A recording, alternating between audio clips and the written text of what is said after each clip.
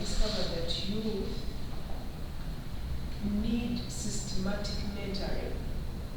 You can easily call them into a workshop or hold a conference, but they need to be guided on daily issues, daily skills. And I've also discovered that there are many things we do, but at times we assume they are not skills. For example, you are at home and you may be the accountant of the house. That you're the one who collect, you are the financial, in other words. So you're in charge of the finances in the house, you budget, you spend, and you balance. You also account to someone. But because it's not an organization, you assume that's not a skill. And when you go, they ask you, by the way, what are you doing now? What's happened in your life? You say, nothing. But that's a skill. It's not a skill you learned in school, and it's not that they'll give you a mega project for you to run, but it shows someone that if you go to the field, you can manage finances, because you don't need to go with a customized program that is complicated for you to manage finances in the field. It's a matter of saying, I'm going to do this activity, I spend this much, and I return that. That's a skill you've learned at home, because you manage finances.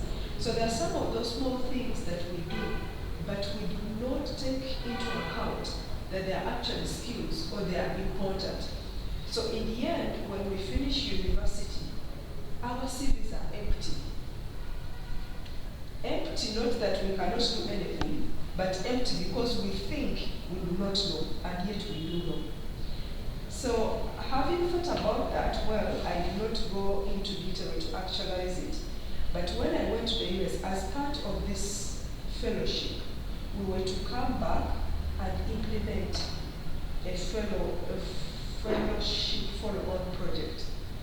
And I thought, well, though I have so many things I can do, including advocacy, I think it's now time for me to implement my youth mentorship program. That's why I called it self-driven development. That I will not give youth jobs, but what I want to equip you people with, for example, is just look at things like your resumes. Look at interviews. How do you present yourself? And lucky enough, when I went to Miami, I received trainings in such. So I was able to get, to compare, if I may say, how they do it the other side and how it is done here. But I've also discovered in the course of interviewing people and reading resumes that the way we present them is very, very important, because they speak about you without you. You are not there. Your resume has to speak for you. And at the same time, technology is changing. So if someone brought you a resume that is current in technology, you will say, wow, this is the person I want. They are dynamic, they are moving, they know what's happening in the world. Then someone brings you a resume that is in the edition of 2000 or 1998. You begin wondering, where is this person living all this time that they don't know things have changed? So I want to equip you with such skills, and also for interviews. Interviews are the easiest thing you can ever go to, but you have to prepare, including preparing the stories in advance. You simply twist the stories to suit the questions, because they are about you. So it means before you go for an interview, search about yourself. Get the details of what you do onto your fingertips, so that when you ask certain questions, you don't begin figuring, well, I did, well, yes, you did, but someone is giving you a few minutes to answer a specific question. So those are some of the tricks I would like to give you. But also, I would like to give you with skills on personal development plans. That you can have a personal leadership plan as a person. One, you need to have a brand. Each one of us is different. What is your brand? That if somebody say,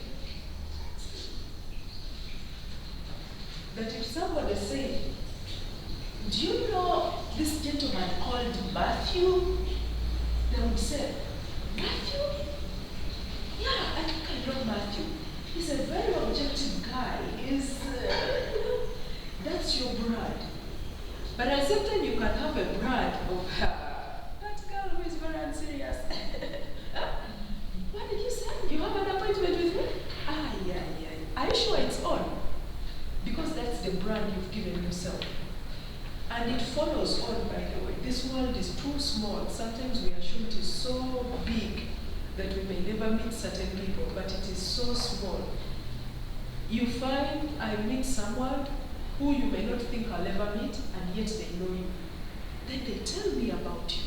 Sometimes they may not speak, but the expression, the gesture, let me say, that already speaks to me. If, for example, we're going to do something together, I'll begin questioning your loyalty. Or I may say, by the way, we have a joint business with so and so, and somebody says, are you safe? I'll begin knowing, there's a problem of trust somewhere. Then sometimes there are names you mention and somebody says, wow, you guys must be doing well. I trust so and so is, So you need to have a brand and you have to work at it. It's a decision you make. You have to look through and say, for example, my brand, I said, I want to be objective in my life, that I am objective, that I always use this slogan that I'm with the crowd, but not part of the crowd. So as we are seated here, and they want to make a decision, I will listen to you, all of you. I have to listen to all of you if I'm to be objective. Whether good or bad or considered unserious or serious, I have to listen to, yes. But at the same time, I make my own informed decision. That means if I'm with the crowd, I may be in the crowd where they say, so and so is bad. But because I want to be objective, I will go and listen to that person whom they're saying is bad. So in that way, I'm not being part of the crowd. At the same time, it's not just the crowd that informs my decision. I make my decision, me as Jocelyn, independently. And that makes me objective. My other brand is to be simple. Simple. Just ordinary. Not complicate life. And that follows through my style as well, even the clothes I wear. Once I see a cloth very complicated, I just say, that's not mine. That's not for me. Because it's not simple. It does not depict simplicity. I don't want to be in an area and people are scared, oh, that lady is very sophisticated. Life is really enjoyable when it's, to me, when it's just taken the way it is. Simple. So my brand for me is to be simple. That I can be in a place and even do certain things that people think I shouldn't be doing, but I do them because I'm being simple. That's just being there. That's it. So some of those brands as a person, I would like to guide you to think through, reflect on your life. Beyond this day, beyond this year, beyond 2 years ahead, what should it be?